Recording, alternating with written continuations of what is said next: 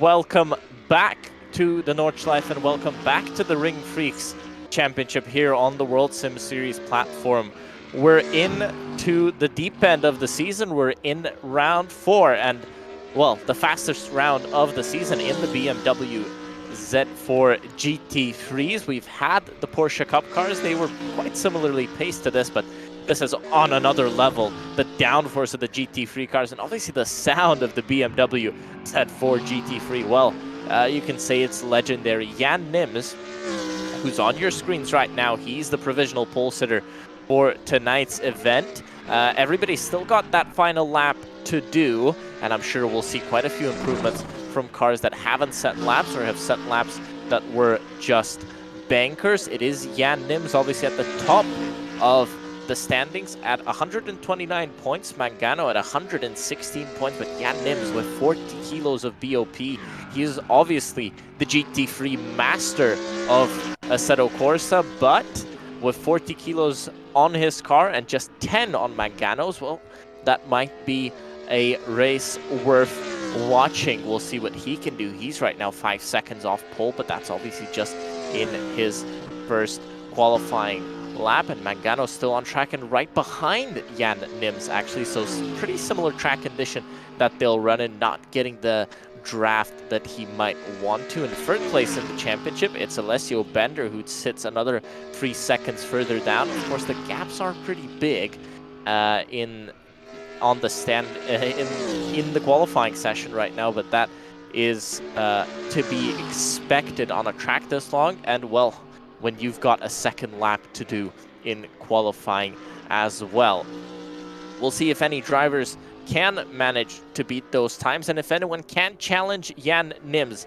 Last time out, we saw the Cupra TCRs take to the track, and well, they provided a massive show with a lot of overtaking and some difficulty for the leaders to get through the field, especially with that 40 or 10 or 15 or 20 kilo BOP on their cars. Tonight, I'm joined by Lorinas as always. Welcome, Lorina.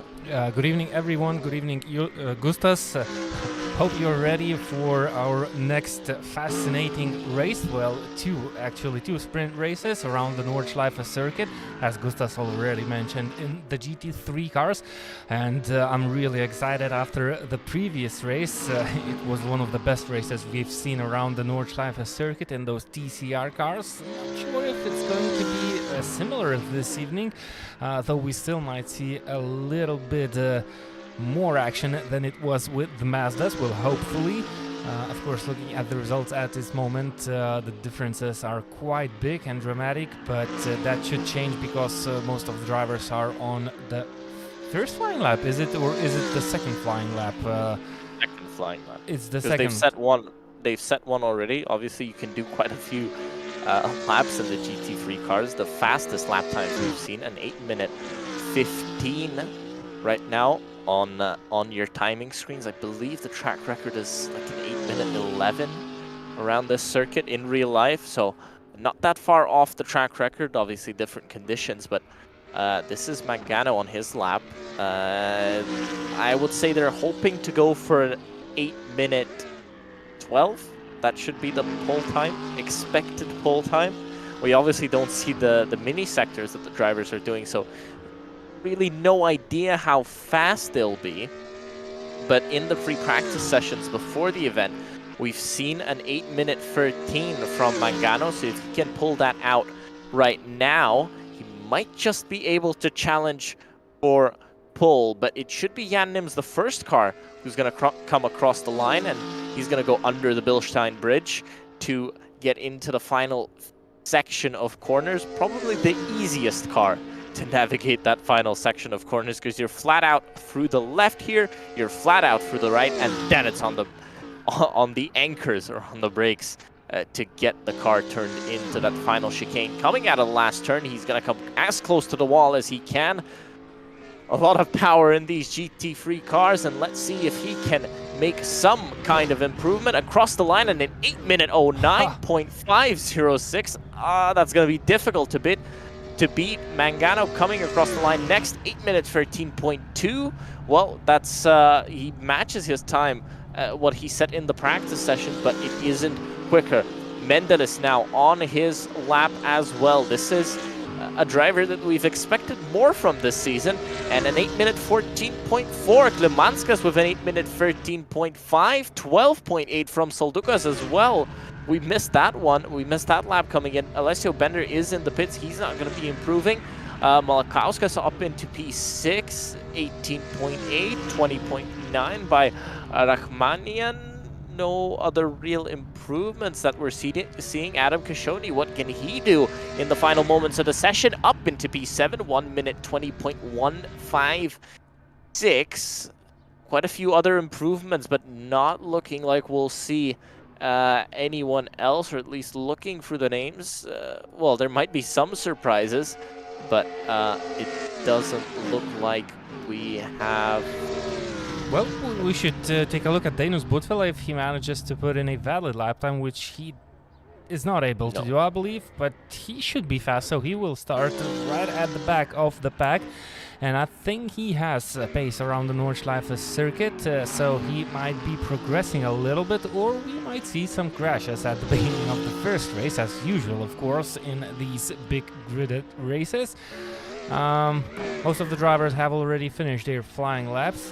Both Hammer, I think he had pace in the previous races, or am I mistaken him with another driver? Can we expect a good lap from Boss Hammer? Hard to say, because we don't see the results from the free practice sessions, but we do see the results from the pre-qualifying sessions that we had. Jan Nimz was top of those as well.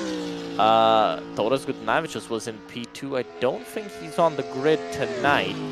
That's a shame, but he is not. He's already missed one race, and this is going to be the second race that he'll miss. So it's basically game over for Toras Gudnavicius in the championship fight, though he's still 5th, I believe, after completing only 2 races. So he did really good. He's one of the faster drivers. There's Boss Hammer. He's currently 16th in. He was 16th in the pre-qualifying session with a lap time of 8 minutes 24, and that could get him roughly around P12 if he manages to match his lap time. It's never easy to do it in qualifying, especially in a qualifying that's this, when you're so much under pressure, because you've got so few laps to actually get it done. You've only got, 2 laps to get it done. If you mess up the first one, well, you have to be careful on the second one, but also you really want to get a good lap in. So it is difficult, but it looks like he's still actually on a lap instead of stopping and bailing out of it. So it is valid for the moment. Is he the last driver to be out there on the racetrack? It looks like it. It looks like he is going to be that last car who needs to cross the line to get this qualifying session over with. I think looking at the front of his BMW, I think he had some contact somewhere. So that probably means he had to pit and get repairs done. And this is probably the only car in this series where you can actually get repairs done and can actually start another lap, make it in time. Because in the MX-5, for example, you're so close on the timing to get those laps done that you're gonna struggle to make a few more laps. So this is lucky for him because he probably had an incident, and now he's gonna be able to target a top 10. That would be my target. In his shoes, that would be my target. But Justinas Soldukas, probably his best qualifying of the season, up to this point at least. Might be one to watch out for, especially since he doesn't have any BOP on his car. He's going to be very, very quick down the straights. Mangano with, a 30 kilo advantage over Jan Nimz. So that might also play into his hands quite a bit. We'll see how that pans out. Well, essentially, you're going to try and stay behind him. You're going to try and stay behind Jan Nimz for as long as possible. So if you get on the straight, that's where your advantage is going to come from. Boss Hammer still on his final flying lap. We've waited quite a long time for him. We've watched him do half the lap of the Nordschleife, and half the lap around here is around 4 minutes. I don't think we watched him for 4, but we've watched him for a long time, definitely. And coming out of the final turn, coming to the line, let's see if he can get that 8-minute 20-something done. He does, an 8-minute 27, and up into P14 for him. And that is going to be his starting position for this evening's race 1. Remember that race 2 is top 10 reversed. So you'll see many of these drivers fighting just as hard for P10 as they would for P1, as that's the golden ticket for race 2. So there are your qualifying results. Jan Nimz with another pole position, even though he has the heaviest car on the grid due to the BOP. Still managed to put in a lap time which is 3 seconds faster than the second-placed driver, Justinas Soldukas. Mangano will start third. He's currently second in the overall standings. Klimanskas fourth. Matas Mendelis finally back in the game. Looks like he's enjoying the GT3s a little bit more than the others. Tomas Halonen sixth. Gustas Malakauskas seventh. Adam Kashoni eighth. Ramanian 9th, and Poshibal is the driver who is 10th on the grid. So this is your top 10 drivers to start this race, which will start in roughly 30 seconds. We have 27 drivers that are ready to start the first round of the two races. Hopefully they are prepared. So about to see the lights in action. Everybody is getting ready to jump off the grid in the fastest cars in this championship, which is constantly happening in the Nordschleife circuit. Lights out and away we go. Jan Nimz in the white BMW, Justinas Soldukas in the blue in the background. Jan Nimz had a great launch right from the start, and Justinas Soldukas has to go defensive straight away. He's right on board with Jan Nimz and try to see what's happening behind him. Justinas Soldukas.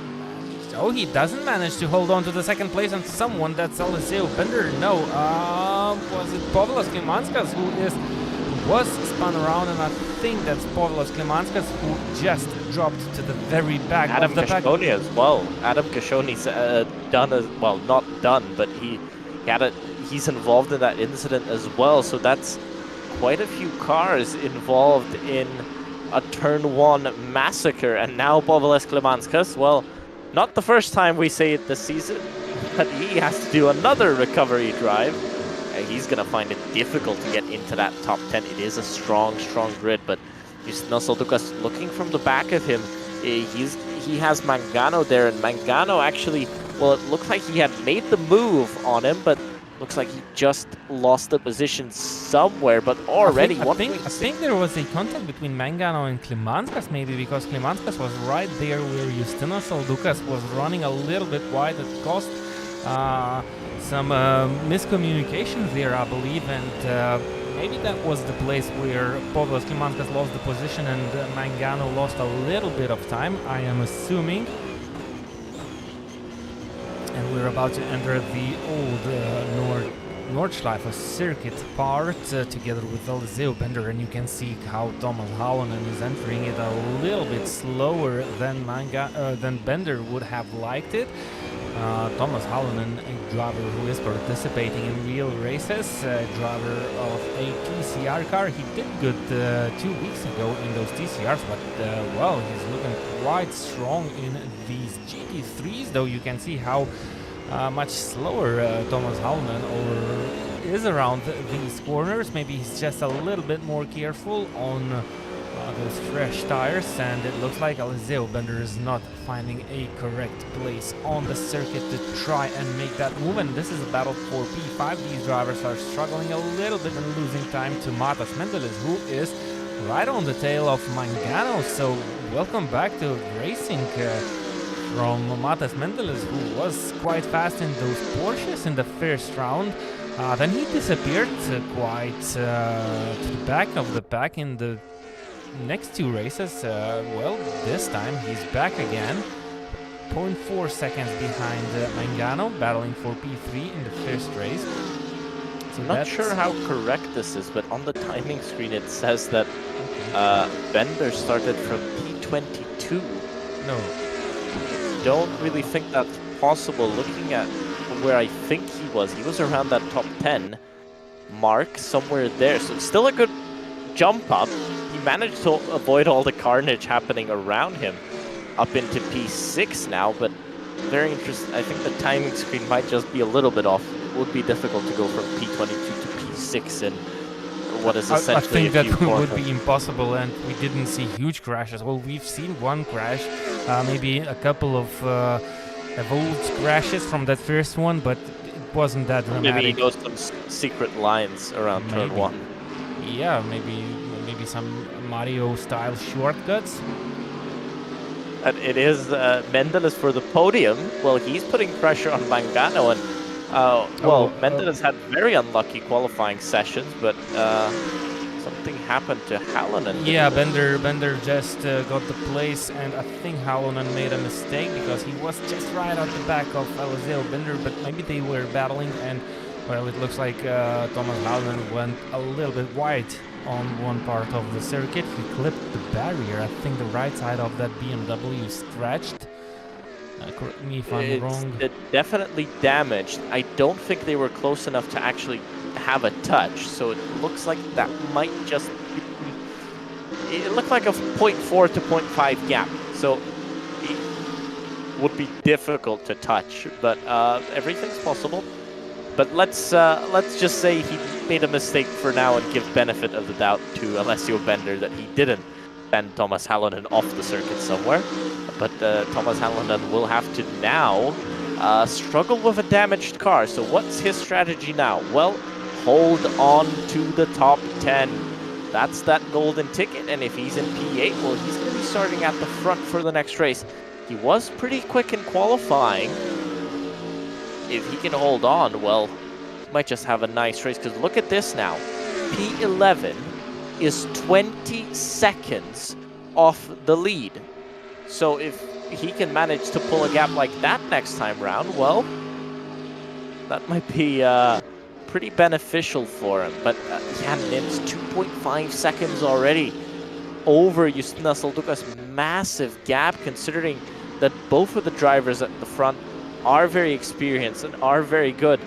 The gaps that he's been able to pull, not pretty impressive, very impressive. And if you remember last week in the sprint multi-class series that we had on the World Sim Series platform at the Daytona International Speedway, we saw Jan Nimz pull out a second a lap around the Daytona road course. So maybe he's trying to replicate that today. Remember, all drivers on the same fixed setup prepared by the World Sim Series team. So this isn't a setup question. This is a question of how brave is Jan Nimz around, well, his home track, you have to say. Yeah, but Jan Nimz is from Germany, and I'm pretty sure he did have a couple of visits to the Nordschleife circuit in real life. Now he's battling for winning another chance. If I'm not mistaken, there was already a RingFreaks championship. Well, it was a RingFreaks championship in the past, but I assume Jan Nimz has already once won that championship in the past, and he might have already had the chance to drive with the RingFreaks vehicles. I think it was GT3 Endurance Championship. Oh, he ended second in that one. We had a driver from Poland, Harkot, who is not racing anymore. Well, Adam Gashoni, he was one of the cars involved in that crash in the beginning, but he's done a much better job than Povilas Klimanskas getting up the field, so maybe a lot less damage because Klimanskas down in P21. He needs to pick up the pace if he wants to finish in the top 10, but Adam Gashoni, he is behind Einigus right now, and he's gonna try to make a move down the super long back straight here at the Nürburgring Nordschleife, and on they go onto the Dottingoa. Now they've got the slipstream of 4 cars. It's a 4-car train heading down there. So even though the GT3s are so much more susceptible to that dirty air effect that you're gonna get around the turns here around the Nordschleife, they're still managing to stay in trains. Of course, these trains are more made up of slower cars at the front who are impossible to overtake around the Nordschleife. 3 wide as they go under the Bilstein Bridge and they touch. Well, that was bound to happen. If you go 3 wide down the Bilstein Bridge, somebody else touching there as well. Well, Povilas Klimanskas is gonna love this. This is Poshevov trying to get through all the smoke, but he doesn't somehow, even though his wheel is looking, well, let's just say in the wrong direction. He's more running an Indy 500 setup on that car. But Povilas Klimanskas up into P18, so he's picked up quite a few spots, but quite a few cars down into the pits. Well, they were all involved in that accident, and Danos Butala was running just behind those 3 drivers who had that incident, and he was unable to avoid that crash, so he needs to enter to the pit lane, and that's basically game over for the first race, and it's going to be a really difficult second race for the drivers who got involved. But Povilas Klimanskas managed to avoid. They didn't try to stay out. I mean, it's one more lap.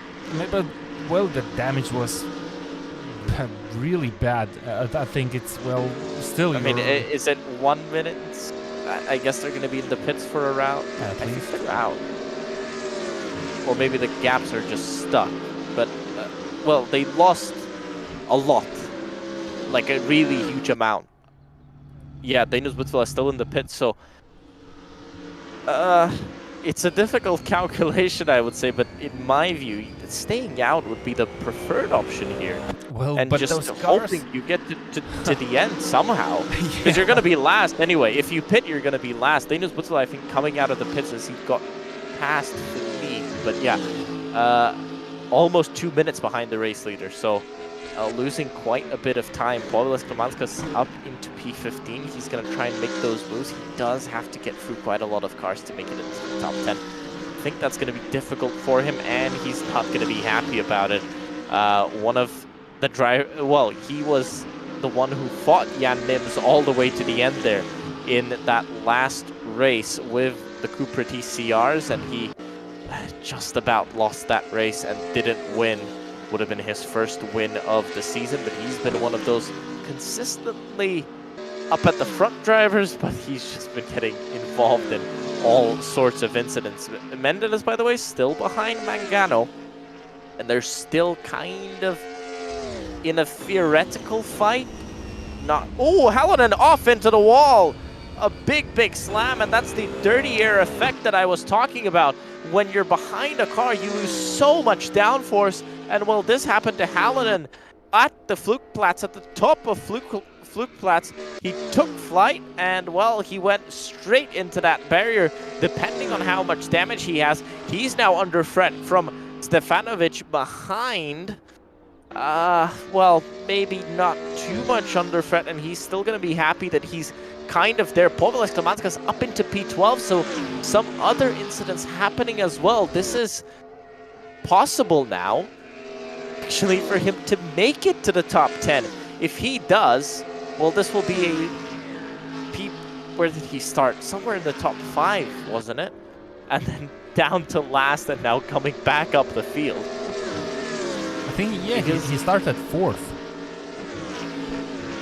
He was 4th on the grid, and then, yeah, he lost all those places. Now he's up to P12, only 3.1 seconds, so he's gaining on Einingis at this moment, who holds the provisional pole position, but Einingis has a damaged vehicle, well, at least the front windshield, and it's possible, yeah, of course, this car is not performing the best that it can, and you can see that the gap is basically disappearing in the ice, and it's already down to 2 seconds between Povilas Klemanskas and the provisional pole position for the second race. A lot of RingFreaks BMWs running in one line right now, and the gap is just disappearing, and actually Ramanian is gaining on these cars in front.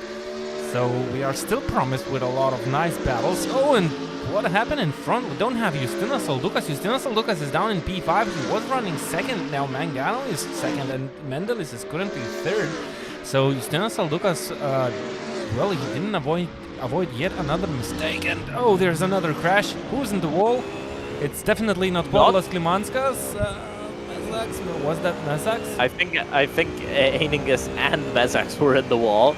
But Povilas Klemanskas, well, I want to take my words back from the start of the lap. I said, oh, and another big crash. Einingis, difficult to control the car, but I want to take my words back from what I said about Klemanskas, that he's not going to make it into the top 10. Well, I was totally wrong, because he's now in the top 10. He's 3 seconds behind Evo. He might just make it into the top 9. So, another fantastic recovery from him. You remember in the Porsche Cups, he did something very similar and recovered from dead last in the field to an incredible position. This is Alessio Bender. Oh, another mistake by Justinas Oldukas. What's happening with that Lithuanian? He was running second, he qualified second, and now at the middle of the second lap, 2 mistakes in a row. He's still remaining 5th. There was a big gap between P5 and P6, so he's trying to lose positions on purpose to start higher up. You think so? I don't think so. He's having good crashes though, because he manages to keep this car in one piece at least. At least it's driving straight. As soon as you lose the wheel, that's when you have issues. when the wheel is still straight, you're fine. Relatively fine. However slow you may be, but the car is still controllable, and that was the problem for Einingus. That's what he had, because the car was tilted to one side with that IndyCar style setup for the Indy 500, and that's when he had the issues. The car was just uncontrollable. This is Klemanskas now coming up on Evo. He's going to try and make that move, but I think he's going to just wait for the Dottinger. He's got 4.3 seconds behind him, 18 seconds in front of him. He's not going to go forward or backward unless he finds a very, very safe and clear move. No need to rush now. I think he'll... He makes the move into here. So I've he's never that much seen faster. A move Yeah. I've never seen a move made into there, but I guess he is. Well, he was in the top 5 in qualifying, so he is one of the top drivers. And, well, if he stayed there, he would have been 4th or 3rd, somewhere up there. The only other remaining few battles, this is Hallinan versus Frank. Hallinan, remember, went off at Flugplatz, and he's caught back up, so he is quicker. Mattes Mendelis 0.8 of a second. He's not going to make an impact on Mangano's race. Maybe he'll have a chance at that Dottinger Höhe straight, but it looks like it's not too working. Far away. No, I don't think he even has the slipstream there, but Hallinan versus Frank will be the biggest one, because Hallinan's gonna have the chance. He really does a fantastic exit, using up all of the road, and now it's his chance. Sitting in the slipstream, you can see how it's gonna work down this straight. Look at how quickly he's approaching the back of Frank to the left. He darts, he gets the inside line. This is the easy line of the track. Jan Nimz crosses the start-finish line to take the race win in race 1. We've said it quite a few times already this season. He's going to be starting from P10 next time out, but still side by side. Frank or Hallinan, Frank or Hallinan, Frank or Hallinan. I think Hallinan just about gets it done and up into P6, even after coming off the track at the Flugplatz turn, and Hallinan comes out of the final turn to take P6 in race 1. So Duka's back up. No, that's just the timing screen going nuts. But Povilas Klemanskas, fantastic recovery drive from him. He was all the way at the back of the field. He didn't give up. He kept on pushing, and he's going to take an incredible 9th place and front row start for race 2. My money's on him to take the win now. He, I think, learned from his mistakes in the Cooper TCRs, and he's going to be hungrier than ever to take the race win. P9 for Povilas Klemanskas. And considering how much traffic he had, great lap by him as well, 8:23. Yeah, Nimz made a 8 minute 9 seconds and 2 tenths. Look, he's just driving qualifying. Yeah. He's doing the same as qualifying. I think he knows the track in and out, and that's no wonder there's not that hard for him, and he's still enjoying it. Not as these guys who have to drive the vehicles that are damaged, shattered windshields, bent steering shafts. It'll buff out. Fine. They'll buff it out before the next race. Yeah. The World Sim Series guys have hired some very, very good mechanics, and in just a few minutes' time, you'll see all of these cars back in perfect condition, ready for the start of race 2. So, like I said, look, Daniel Woodvilla, he's going to be in P21. I think he needed to stay out. However much damage you have, he would have finished P21 anyway. Maybe he could have finished higher. Because I think a few others did stay out. It was really badly damaged vehicle, badly damaged BMW GT3. He brings it immediately into the pit lane. Yeah, so he crosses the finish line through the pit lane. Quite a few. Oh wow, quite a few penalties. We see. I think those are jump start penalties. I think due to the incident count. Well. At least Tomaszewicz has 18 incident points.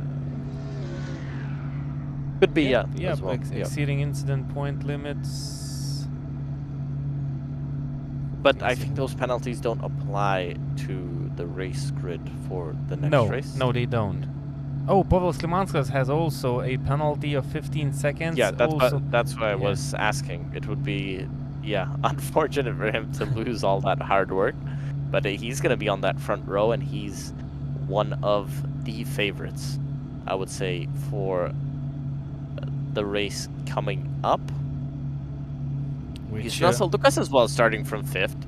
Because he's, let's say he's 2 seconds slower a lap than Jan Nimz, or 1.2 or 1.5. That's at least what we saw in lap 1. So if he gets a good getaway, if he gets a good start, he might just be able to do something here. And he'd be, well, I think he'd be very happy with a nice podium or P1 finish here today. But yeah, Pavel Klimanskas will not want to give that up easily. He's going to have a 4-place advantage. Actually, Justinas Saldukas will start 6th. He finished 5th, so his grid position should be 6th for the second race because the top 10 get reversed. He'll have Ivo by his side, so should be a little bit more confident about his start because, well, Ivo is not that fast. His fastest lap time is 8 minutes 31.2, so he shouldn't. Klimanskas will have him next to him. Yeah, Klimanskas will have Ivo next to him, so I'm pretty sure he'll be confident during the start. Stefanovic, 8 minutes 29. Well, he needs to get past him as quick as possible. He cannot wait. He cannot be patient with him, because the more time you spend behind, that's just more time for Mendelis, for Saldukas, and especially for Jan Nimz to get through the field. So he needs to get those moves done very, very early and to get a move on, because that's his chance.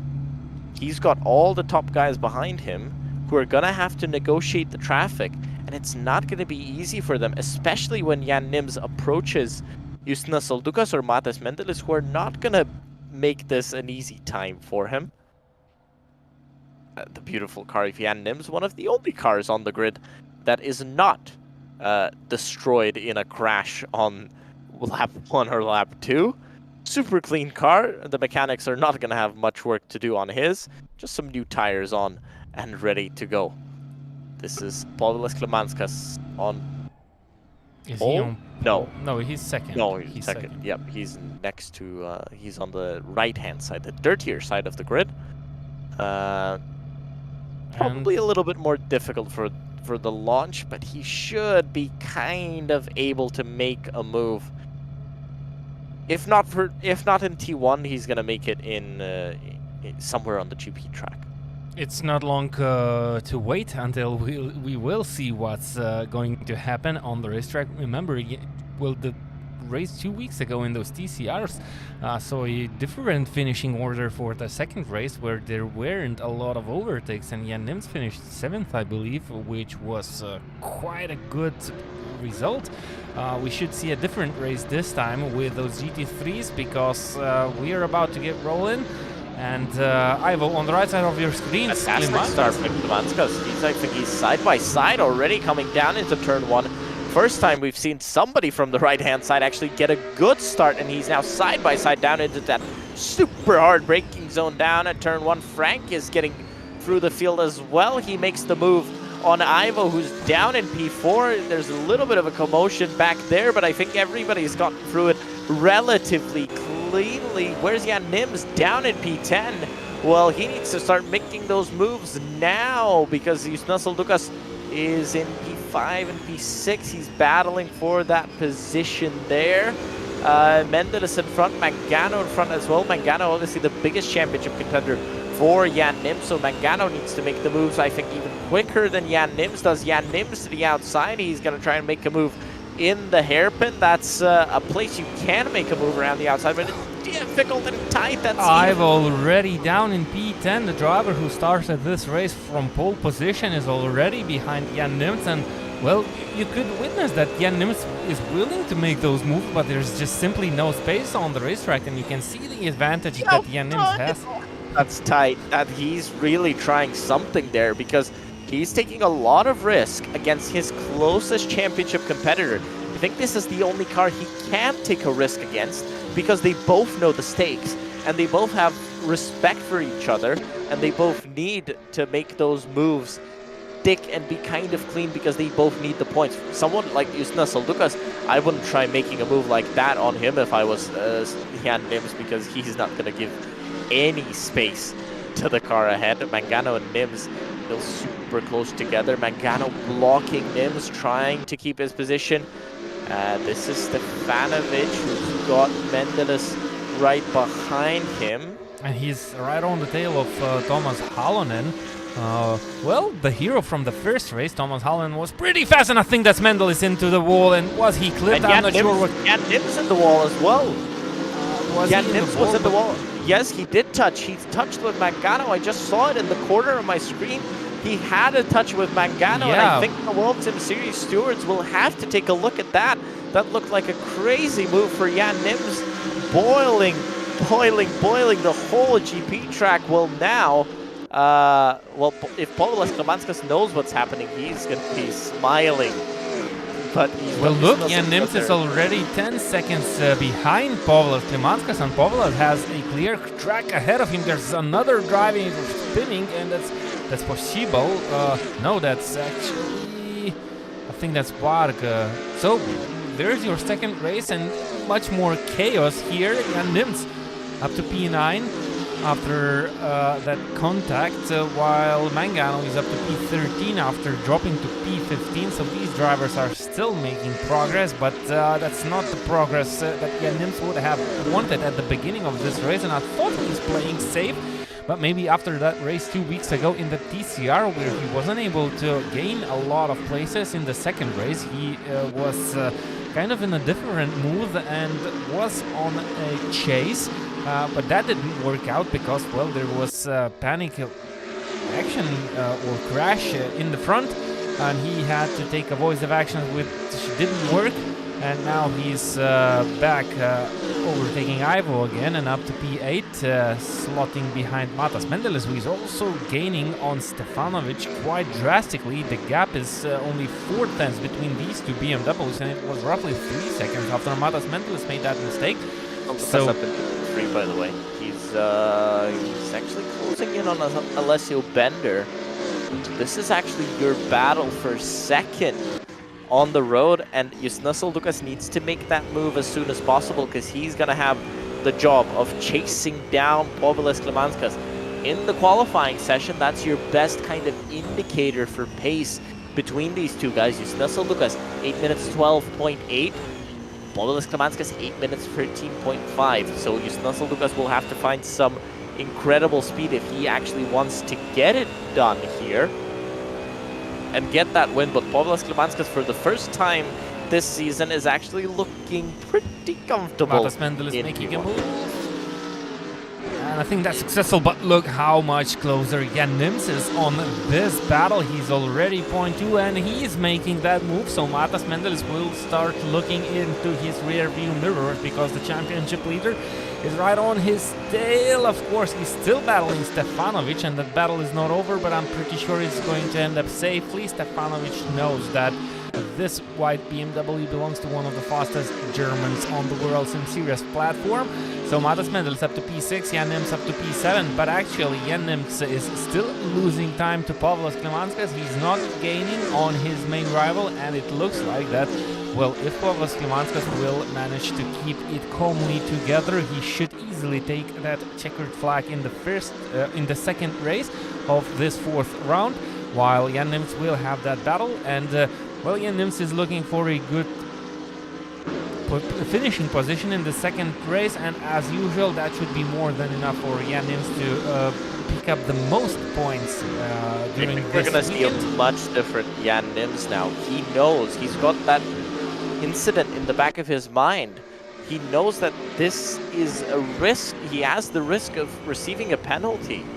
So, because obviously all the races are reviewed post-race by the World Sim Series stewards, so he runs the risk of actually receiving a penalty there at the end. So he needs to now, well, turn on the mode that he had turned on in race 1, where he got away from everyone in just a few moments, in a few turns. And he's now got to make those moves, because the closer Mangano gets, the bigger the chance of Jan Nimz getting behind him and losing points to his closest championship rival. Klimanskas is not his championship rival. It's Jan Nimz, who is that. It's Mangano, who is his main foe in this championship. To the outside goes Mendelis. He gets the move done, and also Jan Nimz gets the move done. Nimz is glued to the back end of Matas Mendelis BMW, but I think, well, he might be sticking around with Matas Mendelis for a couple of coming corners because they are chasing down on Thomas Halonen. And the good news for these guys is that it looks like after those crashes, these BMWs have no problems whatsoever, and they can catch the maximum speed of these vehicles. So good news for the drivers. And with Jan Nimz coming up to P6, still having a chance of finishing a little bit higher, I think he's pretty safe already to gather the maximum amount of points. Of course, if you have that penalty possibility in your heads, that might shuffle those cars a little bit.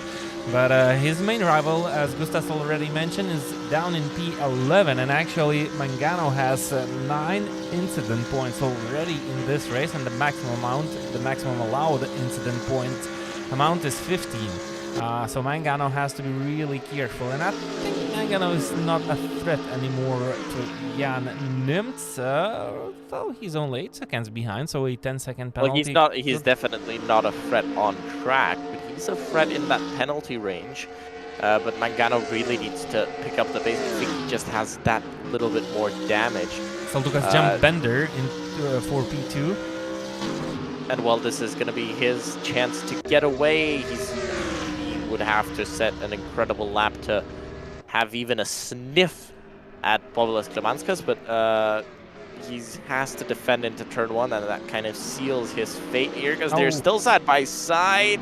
Nimz already up to P5. Sorry to interrupt you, but yeah, well, that was kind of to be expected, but Saldukas loses the place to Alessio Bender, incredibly. So he's going to have to make that move on the GP track if he wants to get away and be safe until the end of the race. Good news for Povilas Klimanskas. While those drivers behind him are battling, and actually Jan Nimz is still losing time to Povilas Klimanskas. The gap is now down to 11 seconds. Well, Jan Nimz is not going to catch him. He will not catch him, but well, he will start chasing down on him. Actually, Jan Nimz is right on the tail of Thomas Halonen, and while Bender and Saldukas are battling each other and wasting a little bit of time, Jan Nimz might think about it, the second position in this race, and I think it's possible. We've seen Justinas Saldukas making mistakes on his own. Now he's battling Eliseo Bender for P2, and this is a quite intense battle. So, well, high hopes for Jan Nimz and Matas Mendelis, who was caught by a helicopter. Well, he has to. Jan Nimz going for a move. Oh, right. I thought we were still watching Saldukas. I saw 2 cars in front of him. Jan Nimz makes that move pretty easily. He's got 5 seconds in front of him. Saldukas needs to make the move on Alessio Bender. If he does, difficult. Going to be difficult for Jan Nimz to actually get in front of him. But if he doesn't make the move and doesn't get in front, well, then Jan Nimz will turn on whatever engine party mode that he has left in that BMW, and he's going to try and make those final few corners and, well, final 20 kilometers of this race his stomping ground to put in incredible lap times. We'll see what Povilas Klimanskas can come up, because he's got a completely clear track ahead of him. This is Mendelis versus Halonen. Mendelis trying to go to the outside, doesn't get the move done. He does have Jan Nimz in front of him, so just want to pick up the pace just in case Jan Nimz gets like a 5-second penalty and he wants to get in front. Maybe Jan Nimz will get no penalty, and then, well, at least you pushed hard and tried. Mendelis, is he going to try and make a move into Schwedenkreuz, because Halonen tries to defend through there, and now Mendelis is going to try the outs. No chance to try the outside there. Now he's going to have to wait again until they get all the way to those passing opportunities, but super close on that curb. Those curbs, they're not nice with these cars. he's taking a big risk because he wants to get in front as soon as possible.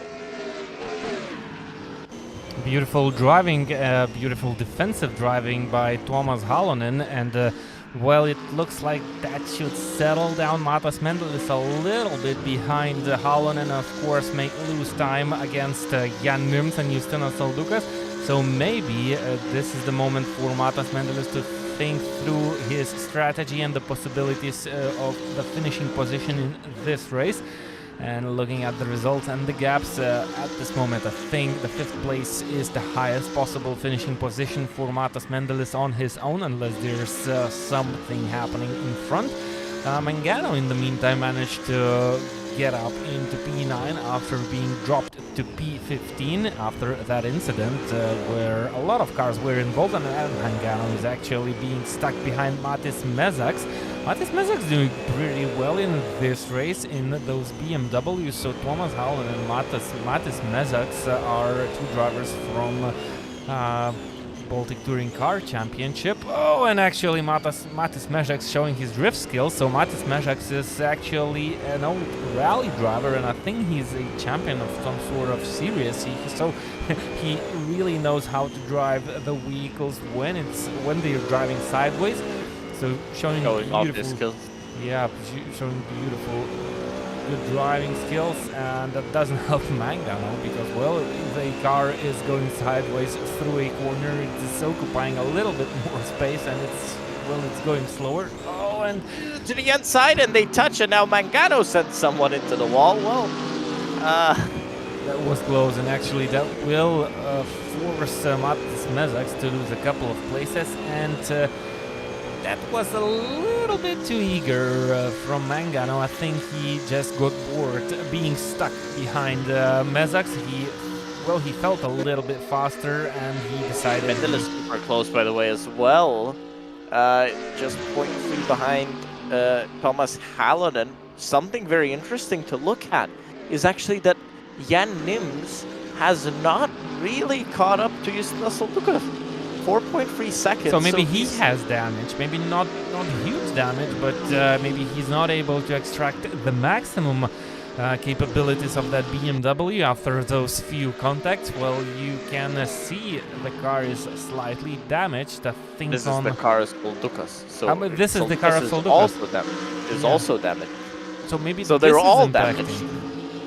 Because the only one that's not damaged is Povilas Klemanskis, who has actually dropped his pace now. 3.8 is the gap from Bender to Klemanskis, so the gap is coming down.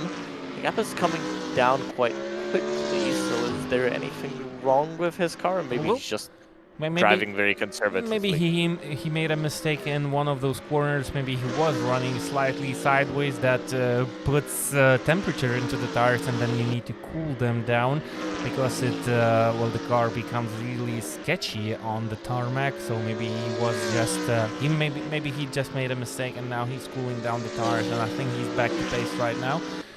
Mendelis got past Halonen, by the way. So he's made the move done. He's made the move stick. Look how much he lost to Jan Nimz. He was right on the tail of the German driver. Now, after completing that move, he's already 6.5 seconds behind Jan Nimz. And as I thought before, 5th place is the maximum spot, the highest place possible, reaching out for Matas Mendelis on his own. And with those bigger gaps out in front, I don't think that there's something going to happen unless Justinas Saldukas will think of some interesting moves as he did in the first race.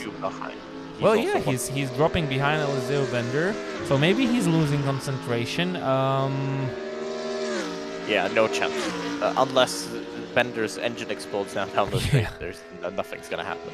So, what about the strategy of Povilas Klemanskis? So, making mess in the first race, having a lot of fun going through that grid, taking that second starting place for the second race, and there we go. I don't think having a crash at turn 1 was part of the strategy, but he's done well because he was close. He was close for a few times this season, and last time out he was super close, and he was overtaken on the final straight But now, coming out of the last turn and in the BMW Z4 GT3s, he's felt at home, as he always does at the Nürburgring. Nordschleife Endurance takes his first race win of the season. Nice. Oh, where did Matas Mendelis go? Look at that. Thomas Halonen finishing 5th. Matas Mendelis is the next driver who got a little bit bored while racing on his own. He managed to overtake Thomas Halonen and then made some sort of a mistake and his car is completely damaged. He lost only 1 place. Franke finishing 7th and Mangano only 8th. So this is the best news for Jan Nimz, Matis Mezax and Poshibal battling for P9, but actually Poshibal finishing 10th. Ivo, the driver who started on pole position for the second race, should finish 11th with Stravinskas right on his tail to finish 12th, I believe. Okay, the results are already all over the place, and actually it's really hard to call out the drivers and the finishing order, but... Stravinskas 12th. Yeah. Yep. All in all, it was a fantastic race. It was slightly different than what we had 2 weeks ago in those TCRs. We had a lot of action, mostly with contacts and accidents. We had quite a lot of overtakes, so I would say this was... that we had so many crashes, because it is a car that has so much more grip, but for some reason, so many accidents. Mangano, by the way, a 15-second penalty for exceeding the incident limit, so, well, whatever. No, it's actually not for the incident limit. He's only 13 sec... Okay, incident point limit, but he has... Maybe the limit is 12. Oh, maybe the limit is 12, actually, so my mistake. Yeah. Well, I guess that's Mangano's hopes for overtaking Jan Nimz in case he gets something for that contact gone. Interesting how all of this played out. But I'm very happy for Povilas Klimanskas finally getting his first race win of the season. I think the biggest winner is Jan Nimz. Once again, with the heaviest car on the grid, he finished 1st and 4th, and I think he'll safely collect the biggest amount of points in this event also and extend his lead in the championship standings. But I'm with you, Gustas, and I'm really happy about the win of Povilas Klimanskas also. Beautiful. So, Povilas Klimanskas, winner in race 2, ahead of Alessio Bender and Justinas Oldukas, who was very close and actually had made the move on Alessio Bender, but it wasn't enough in the end. Jan Nimz in P4, he's still got that incident outstanding, so let's see how that kind of all falls after the post-race protest. Then you've got Thomas Halonen, Matis Mendelis, then you've got Frank Mezax, Poshibal, Mangano. 15-second penalty that he received puts him way down the field, but I think he only finished P8, so maybe not the worst situation for him. Then you've got Ivo, Stravinskas, Stefanovic, Einingus, Bosshammer, Hoven. Then you've got Tomaszewicz, Varg, Ragmarian, Chavez, and then you've got in P21 Jim Tob, 22nd Philippe, 23rd for Butula, 4th for Malakauskas, 25th for Peterson, 26th for Adam Kashoni. Interesting race, another interesting race, and well, in 2 weeks' time we'll be back for even more action. This championship just keeps on delivering. It does. So I think the next car is the M235, which should produce some nice racing, and we should see a little bit more battles because that should equal out those lap times. And yes, it is the M2345 Cup cars, and then in the final round you'll have the BMW E30 DTM, which will be. I'm already excited about that race in 4 weeks' time. So waiting for it right now. That will be probably the hardest race of the season. I think it will create a lot of chaos, the biggest chaos that we've seen up until this race. So most of the drivers should have had the wish to collect as much points as possible, and of course the drivers who don't have a lot of points can keep their hopes a little bit higher up, because well, things might go not as planned in that old BMW DTM. car. Well, that's it from us tonight. Join us next week. We'll be with the multi-class series, racing the DPIs and the GT3s. And in 2 weeks' time, we're back at the Nürburgring Nordschleife with round 5 of the World Sim Series and RingFreaks Championship. Have a good evening. From me. Yeah, good night from me. Have a good evening, and see you in 1 week time with the multi-class championship.